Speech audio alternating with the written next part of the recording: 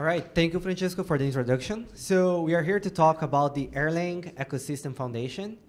And our plan for today is to talk about the foundation goals and key actors, outline the initial working groups, talk about bylaws and the structures.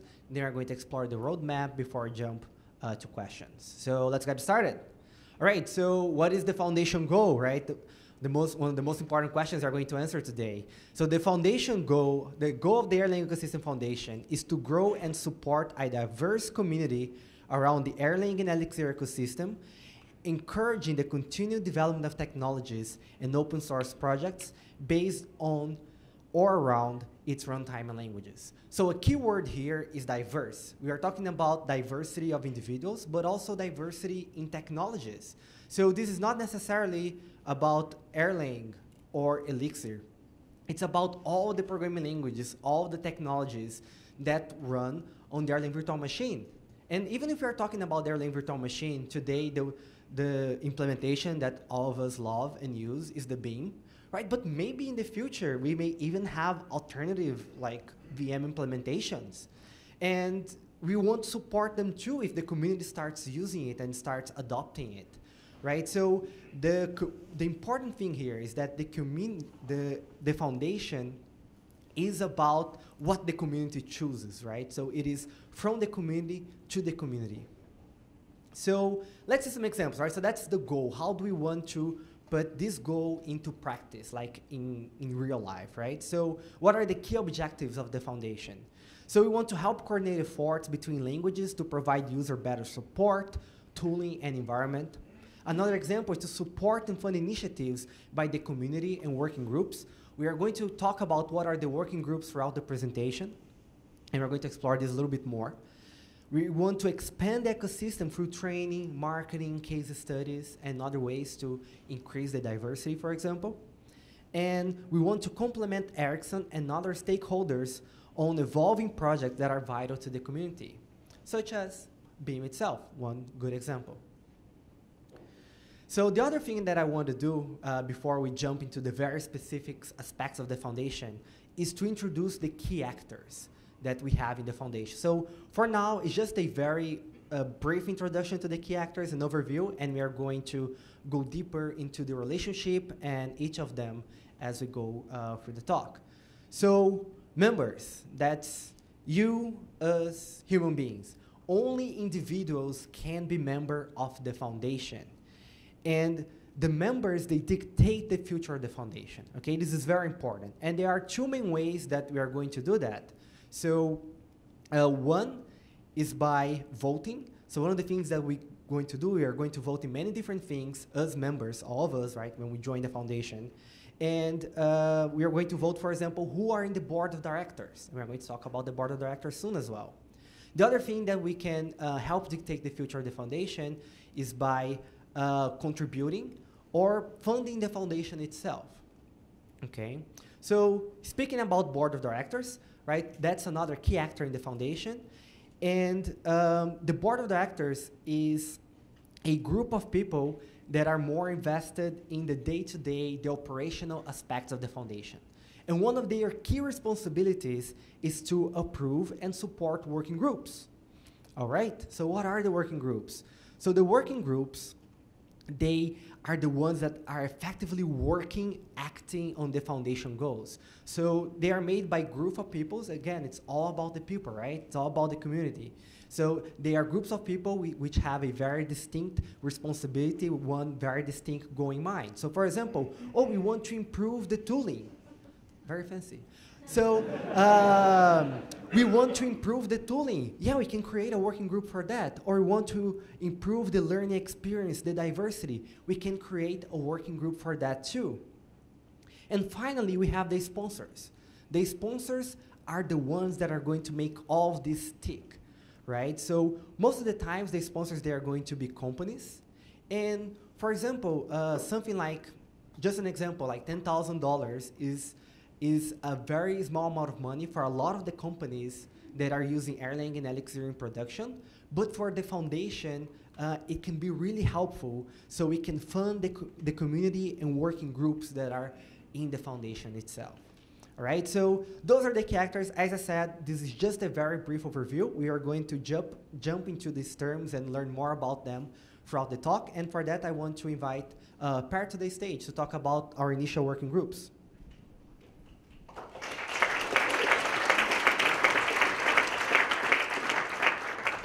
Thank you.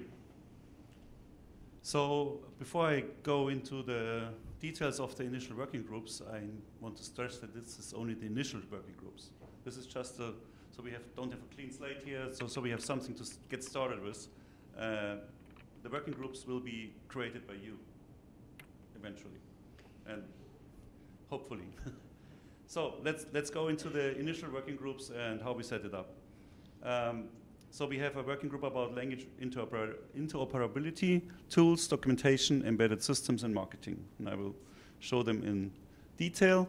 So language interoperability. This working group is about that you can actually use all the languages on the Erlang VM together in a more seamless way than it's like possible now. So this kind of like also leaks over into the tooling working group, but this is about the actual language interoperability, like calling stuff in another language. So that's the two main areas, basically. Interoperability between the language by defining standards for like how code gets integrated, and also possibly to unify behaviors that it's easier for your brain to migrate from one language to the other. So it's like the libraries look more similar. And that's the people in the initial bootstrapped people on the initial working group. And that's also just the initial state. So we want you to join these working groups and actually do the actual work.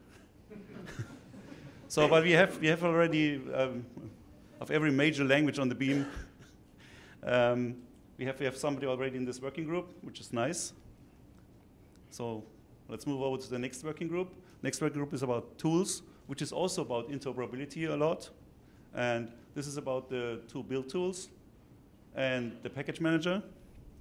And the areas of focus is that mixed language projects, again, mix the languages, that those compile seamlessly together. So you can have an Elixir dependency from Erlang, and then this can have an Erlang dependency as a dependency of the dependency, which is not trivial. But this is like one thing where there have been some initial efforts, and we want to actually progress this. And for package managing, that there are more options for managing and deploying packages, like a local index for Hex, for example, if you don't want to have your company secrets up in the cloud. You can have your local index and features like this. So that's the initial working group members. So we have Rebar and Hex represented already, and kind of like waiting for a confirmation of somebody who takes over the mix part to get started with. So this is like just didn't make it for the slide. We don't want to leave mix out. Documentation. Yeah, well, documentation is kind of important, and there's kind of like a bit of work to do, especially for some language that's been around for the longest, where the documentation is maybe not looking as nice as it could actually look, so this needs some work. And that's the focus on this working group, probably the initial focus, because that's the most work. But it's about that also the documentation gets unified between the languages. So we want a standardized API and a format, a data format, that all the tools can retrieve documentation easily. So you can have like documentation in the shell or in all kinds of other formats or in the editor. Generally improve the user experience in writing and generating documentation. They're looking at a certain long around language here too, where it's not very trivial to actually contribute to documentation. So this is kind of a hand and egg problem. If it's hard to contribute, then you need to fix this first so people can easier contribute so documentation gets better. And better generators for like HTML and ebooks and other formats. That's the main focus. So that's the current members, also like all kinds of languages and book writers and people who care about documentation a lot and already contributed a lot to the documentation of the ecosystem are in this working group. So the next working group is about something like more specialized, which I personally care more about, embedded systems. So yeah, there are actually multiple ways to do embedded systems with Erlang VMs. There's the NERVs project using Elixir, running very closely to the Linux kernel. And then there's the GRIS project that's from us, where the Erlang VM even gets closer to the hardware, but there's like downsides and upsides of both approaches. And we recently got together and already started working together, the NERVs project and the GRIS project, and mainly on the update infrastructure, because NERVs has nice update infrastructure, and we are more into hardware. So our next hardware, where there's a Kickstarter running, if you're interested in this, there's a lightning talk of me right after that, a little plug here maybe. And this new hardware will support NERVs and GRIS. So this is like also working together. So we put features on that the NERVs people can run it too. So this is more about like talking together than writing libraries or tools. So those projects are well represented already in the working group.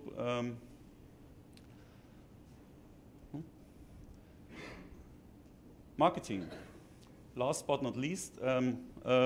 Marketing very important because we can do all kinds of work here in the working groups, and if the word doesn't get out, that's not very valuable then.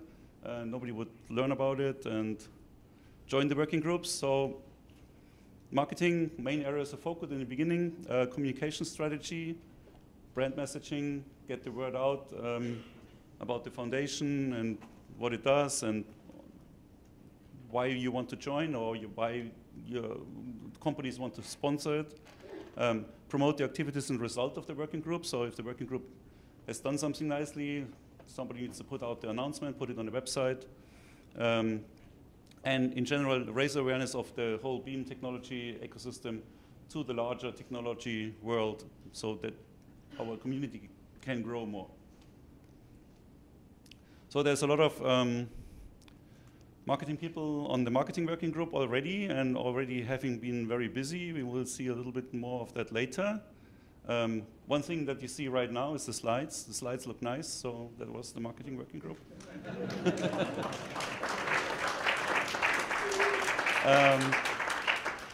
So if you're interested in joining a working group, go to our website. That's the URL. We put it up later on. At the moment, we can only subscribe because this is all work in progress. And we just like managed to get at this point at this time. This was a rush at the end, but we have a mailing list there, and then you can subscribe to the mailing list, and that's where we announce all the other stuff. Like once you can join a working group, and we know how this will work, it will be posted on the mailing list. So that's the current point of action. Go on this mailing list. Everything will happen there afterwards. So this leads me to the next topic, the bylaws. And I hand over to Fred to explain everything about the bylaws. Yes. So the bylaws are fantastic. It's about 15 pages of legalese. It's super exciting, and I'm going to read them to you in this voice the entire time. No, so really, nobody really cares about the bylaws to that extent. But really, that was a lot of work for computer programmers to do because it's a lot of legal stuff. And it's about figuring out like who is a member, what are the responsibilities, what is a director, what the hell does a director do? The boards, what is a board? That's a good question. And you have things like a meeting. What is the definition of a meeting? How do you invite people? You have to specify all of that stuff. And it turns out that we went through it and did it. And it's a lot of tedious stuff. Frankly, we used the model of the Python Software Foundation, and that saved us a whole lot of time. It's a really, really good model to do what we want. As Jose explained, everyone who wants to be a member has to be a human being to begin with. I mean, there are models of foundations where you can have corporations, you can have all that kind of stuff. We decided to really focus on the same model as the Python Software Foundation, and I'm going to explain a bit how it works. We are currently registered as a nonprofit public benefit corporation in the state of California. We are aiming to get the 501c3 status with the IRS within the year. Once we get the status, what that means is that all donations and memberships and sponsorships will be tax deductible for American citizens under the US tax system. For the time being, though, we're still chasing for that status. It's going to be retroactive once we get it, and we're hoping to get it through the year. This is the kind of functioning for the foundation. I made it a lot simpler. This is 15 pages of legalese boiled down in one little drawing. And essentially, the way it works is that you have the board members. The board members is a bunch of people who really do deal with the day-to-day operations of the foundation. They handle the lawyers, the accountants. They have the directors that handle all the financing, that kind of stuff. The bylaws themselves, the rules that define how the foundation works, is maintained by the board members who are able to change it. So whatever the rules are that we set up for the foundation can be modified over time by whoever is in there. The board members can be voted in yearly. There are specific rules for that. If you love the bylaws, that's one thing to go read in there. But anyone can run to be a board member, and once you're there, you are able to influence the things. The board members are voted by the regular members at the bottom. And essentially, once you do that, that's setting the direction for the years to come. The board members can choose to create working group. They can receive suggestions from everyone, but they do have the authority to choose what gets to be a working group and what isn't. They decide what is the process for that, what are the criteria for the working group to be successful or not, what kind of reports they want back from there. The working group, as Jose explained, is where the people do the actual work that people care about. And yeah, there are a bunch of projects. The projects can be started by the foundation, can be actual projects that exist already, but for which the foundation wishes to help fund some work and whatnot. And so the working groups are in charge of contributing to all of these projects. You have users and corporations that are outside of the foundation. We want them to benefit from it as well. It's not a private club. And we hope to get all the kinds of support we want for that. And so yes, users and corporations can be acting as sponsors and everything. So that's essentially the big structure in there. The members that join the foundation should get involved with the board membership and everything like that, because it does set a direction for the foundation. But that's still a bit too simple, right? Because it's legalese, we have more than one class of members. We have the supporting members. That's everyone, roughly. There's going to be a price to pay for the membership that we will set up. It's still not completely decided. And as I said, these regular members vote for the managing roles. They can be consulted by various working groups, that kind of stuff. Managing members is a special category that has been created for the board members and the people in charge of working groups so that they don't have to pay for membership. The thing that happens is that we consider these people to be paying in sweat equity. The work they do for the foundation is equivalent to the pay for their membership. The contributing members is essentially the same thing, but for people who actually advance the projects, not just the people doing management. And so these categories of memberships have an importance because in some cases, some votes will be open to some types of membership, not to all of them. And that's all bylaws important stuff that nobody cares about, but the category exists. And then we have a section for the fellows. And fellows are special members who are chosen for life, don't have to pay anything. We just want their opinions all the time. And to pick a fellow, we're going to have to start a working group that defines all the criteria. 2/3 of the members have to agree for them, and then they're able to vote like that. And so right now, there are no fellows. We don't even have the working group for them, but the foundation is set up to be able to support them in there. And so this is really the kind of functioning that we have for the foundation right then. And people can really get involved however they want. We want you to become members, of course, to get involved in there. If you don't become a member, you can join a working group and gain membership that way and still get voting rights. And right now, we don't have specific steps on how to do it. So go to earlyf.org, subscribe to the mailing list, and once we figure it all out, we're going to tell you how to do it. On this, I'd like to welcome Miriam for the next steps.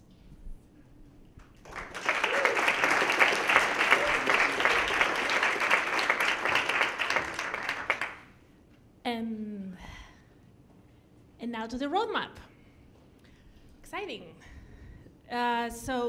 These are the highlights of the goals we have set ourselves for 2019. The first one signed is Bylaws, which we did a few months ago, incorporate the Foundation California as a non-profit corporation, define initial working groups, we heard about that, launch the website, a Twitter account, and present the foundation to the community. And we actually managed to get all done in time for today.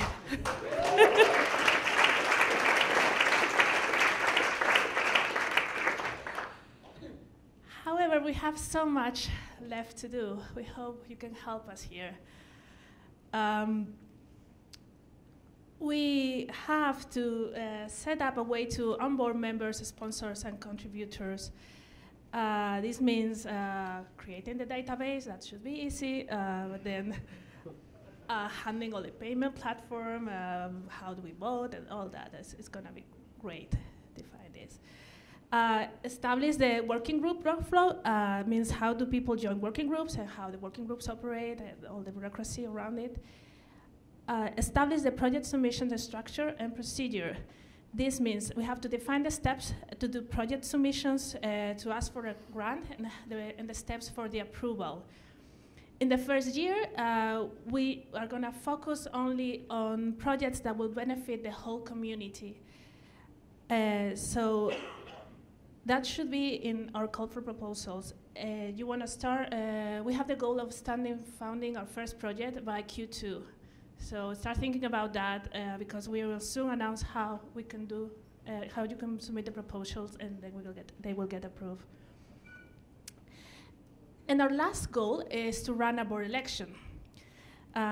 Because, I mean, we did set up ourselves as boards, but that does not mean this is going to be for life. So we want you to get involved in our work groups and make all the way up so you can be a board member as well. And we need your help to make this happen. These are the companies that have helped set up the foundation. Please applause.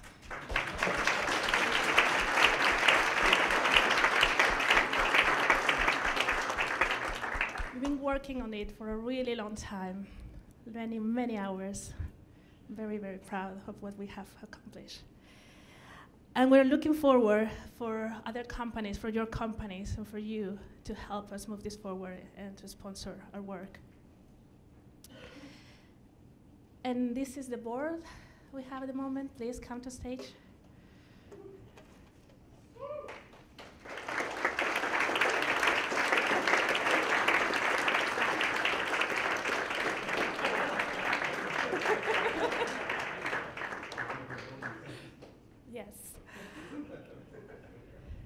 So you will notice that the board members, the foundation members, have this rainbow land jar. So if you have any questions about all this, come to us. We will be happy to answer them. And with this being said, we're going to start. We want to start on a QA. We want to hear your questions. We want to hear your suggestions of the things you want to. We want to know how you want the foundation to be, how the foundation can help you. And so this is happening now. Remember, to be part of the foundation, become a member, you have to go to that website and subscribe. You should also follow us on Twitter, and you should tell the people to follow us, and people tell everyone, spread the word. Tweet about this, please, tweet about this. We have set up channels in the Erlang and Elixir Slack. It's the EAF channel. You can join there too. And is it? Questions? Questions?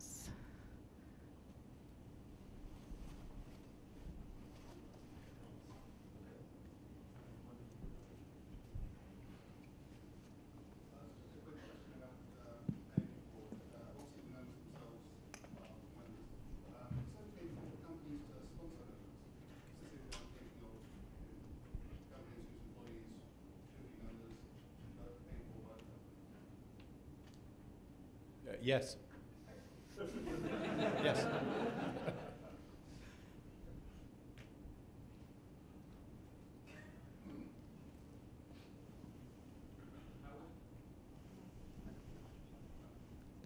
How would this affect the way that core language teams build features for the future? Well, I'll take that. So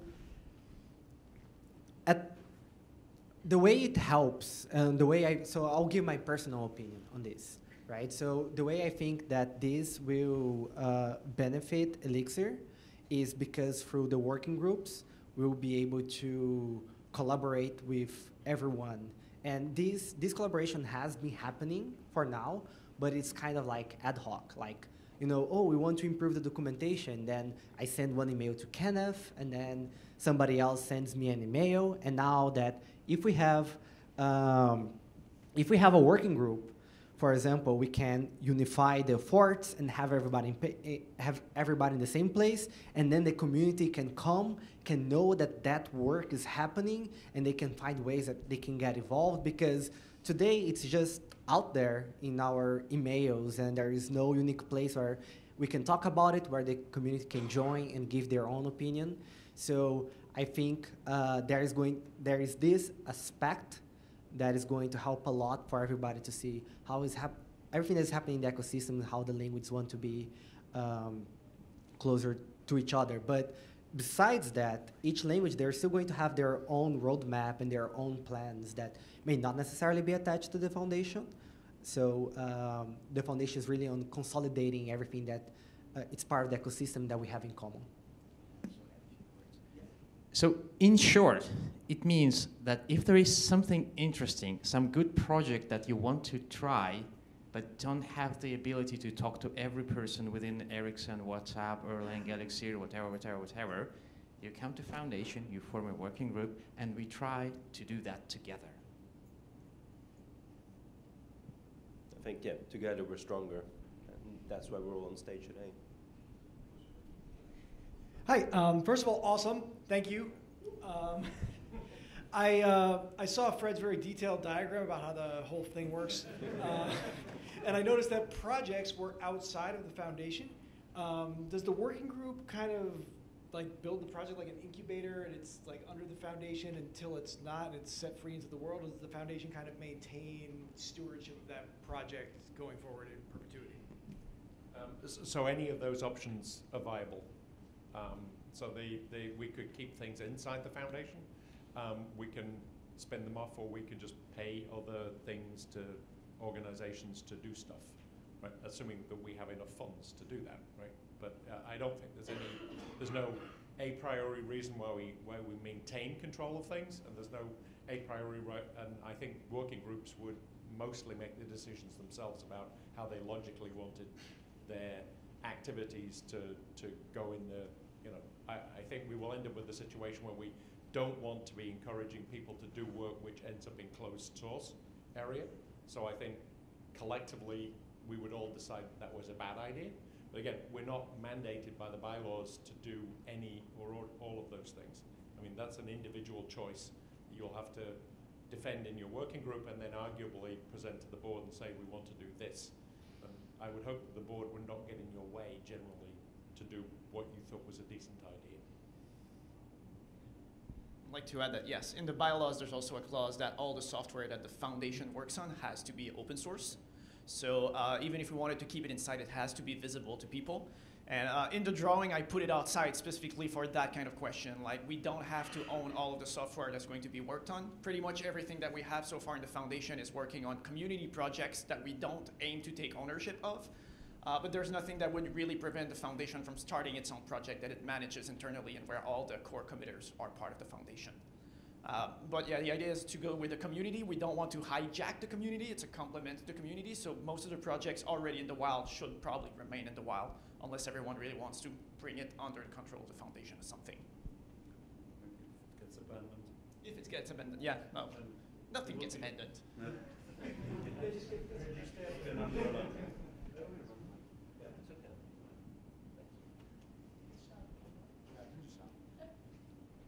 By the way, you all look beautiful up there. Let's give them a round of applause.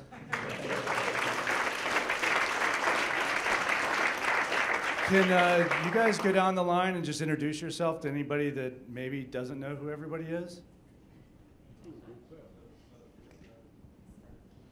I'm Francesco. I kind of like dabbling with Erlang, even though I've not written code which made it into the production for quite a while. I'm Benoit Cheneau. I'm working on a lot of projects in Erlang, and I would like to expand the community in Europe and in other countries too. I'm Richard Carlson. I've been doing Erlang in various forms since, I don't know, 94 or something like that. And I've been working for Klarna the last 10 years or so. And my name is Sebastian Strollo, and I'll beat you with 3 years. So I've been working with Erlang since 1991, where I kind of stepped into the lab and took a course from Joe and Robert and Mike was giving. And I haven't gotten tired of it since. Right now I'm at Cisco, where I've been which acquired the company I was working for before, TLF, and I've been there for quite some time now. I'm Max Enferro from WhatsApp, and it's basically the first attempt of WhatsApp to rejoin the world of open source and just get closer to the community. I'm Jose Valim. I am a co-founder of Plataforma Tech and creator of Elixir. I'm Miriam Pena. I've worked with Erlang for 14 years maybe, and I work for Adroll here in San Francisco. I am the lead of the Erlang and Elixir meetup as well here in San Francisco. I'm Alistair Woodman. Thank you, Miriam. I'm Alistair Woodman. I've been in the high-tech industry for about 35 years. I live in the Bay Area. I got to know the Erlang folks by engaging with Seb when he was at TLF. So I've been going to Erlang meetups now for about the last 10 years. And I have slightly more business development skills than the rest of my colleagues here. So I knew how to get the company set up with the state of California. It helps if you live here. So. I'm Per Stritzinger, founder of the company with the same name, and we make RISP, among other things. I'm Francesco Cesarini, and I'm Fred Hebert. I've been using Erlang for a big 10 years now. Wrote Learn Use of Erlang, Erlang and Anger, and property-based testing with Erlang and Elixir, and I'm a Rebar 3 maintainer, and also had a lot of opinions online. Fancy chips.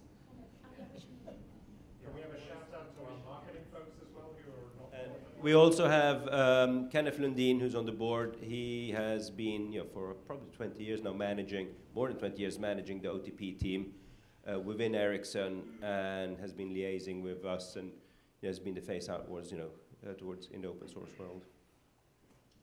My name is Desmond Bowie. I founded the MPEX Elixir conferences in New York and LA, and I also co-host the Elixir Talk podcast. And then there's... Hi, I'm Magda.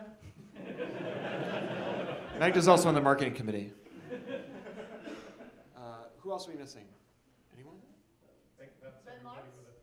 Oh, Ben Marks is also on the marketing committee from Bleacher Report. He is at Lone Star Elixir Conf this weekend, also promoting the foundation. So you'll hear about this later, but this was the first time. Yeah. The people on stage for the board at Lone Star is less impressive.